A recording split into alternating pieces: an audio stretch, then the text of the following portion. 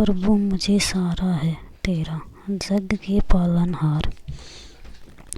कार्तिक मास माहात्म्य की कथा करूं विस्तार।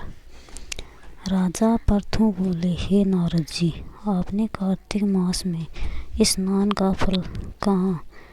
अब अन्य मासों में विधि पूर्वक स्नान करने की विधि, नियम और उद्यापन की विधि भी बतलाइए। देव ऋषि नारद ने कहा, हे राजन, आप भगवान विष्णु के अंश से उत्पन्न हुए हैं, अतः यह बात आपको ज्ञात ही है।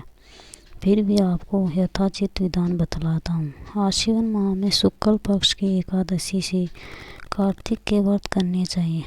ब्रह्म मुहूर्त में उठकर जल का पात्र लेकर गांव से बाहर पूर्व अथवा उत्तरी दिशा में जाना चाहिए। इसके बाद जो मनुष्य मुख शुद्धि नहीं करता उसे किसी भी मंत्र का फल प्राप्त नहीं होता। अतः दांत और जीभ को पूर्ण रूप से शुद्ध करना चाहिए और निम्नलिखित मंत्र का उच्चारण करते हुए दातुन तोड़ने चाहिए।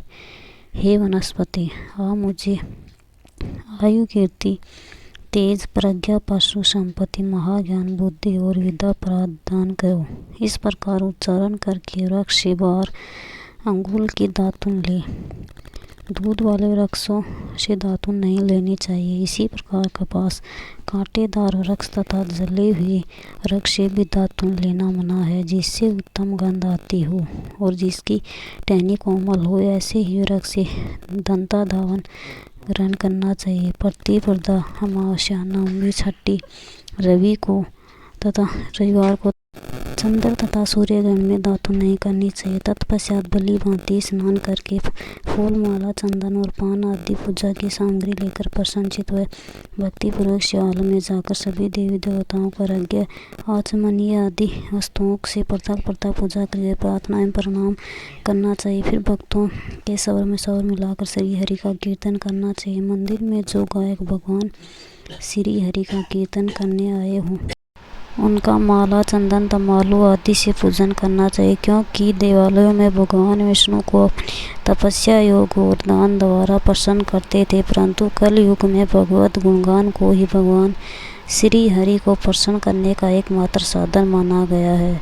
नारद जी राजा प्रथ से बोले, हे राजन, एक बार मैंने भगवान से पूछा कि हे प्रभु, आप सबसे अधिक कहाँ निवास करते हैं। इसका उत्तर देते हुए भगवान ने कहा, हे नारद, मैं वैकुंठ या योगियों के हृदय में ही निवास नहीं करता, अपितु जहाँ मेरे भक्त मेरा कीर्तन करते हैं मैं वहाँ अवश्य निवास करता हूँ। जो मनुष्य चंदन, माला आदि से मेरे भक्तों का पूजन करते हैं उनसे मेरी ऐसी प्रीति होती है जैसे कि मेरे पूजन में भी नहीं हो सकती।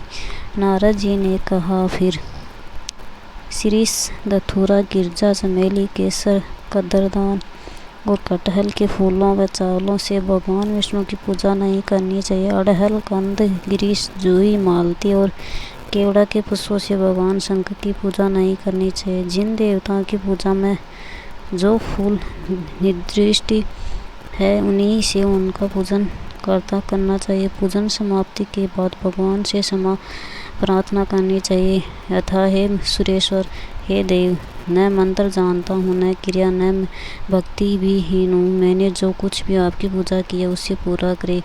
ऐसा प्रार्थना करने के तत्पश्चात साष्टांग प्रणाम करके भगवत कीर्तन करना चाहिए। श्री हरि की कथा सुननी चाहिए और प्रसाद ग्रहण करना चाहिए। जो मनुष्य उपरोक्त विधि के अनुसार की कार्तिक व्रत का अनुष्ठान करते हैं वह जगत के सभी सुखों को भोगते हुए अंत में मुक्ति को प्राप्त करते हैं।